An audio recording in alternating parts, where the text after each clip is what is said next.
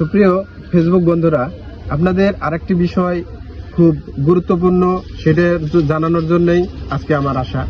সেটা হলো, আপনারা যে যে পেশায় আছেন, আপনি যে যে পেশায় কাজ করতেছি, অন্তত সেই পেশার সম্পূর্ণ দায়িত্ব পালন করে তারপর আপনারা ফেসবুকে সময় দেন।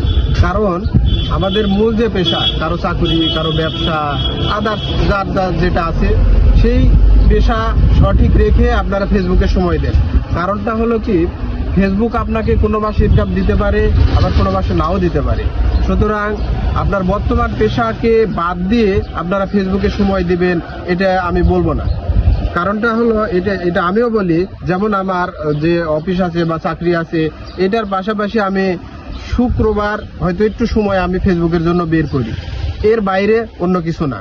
তো আপনাদেরকেও অনুরোধ করব, আপনারা আপনাদের পেশার প্রতি সম্মান রাখুন, ফেসবুকেও ডেভেলপ করুন, এটাই আমার কামনা।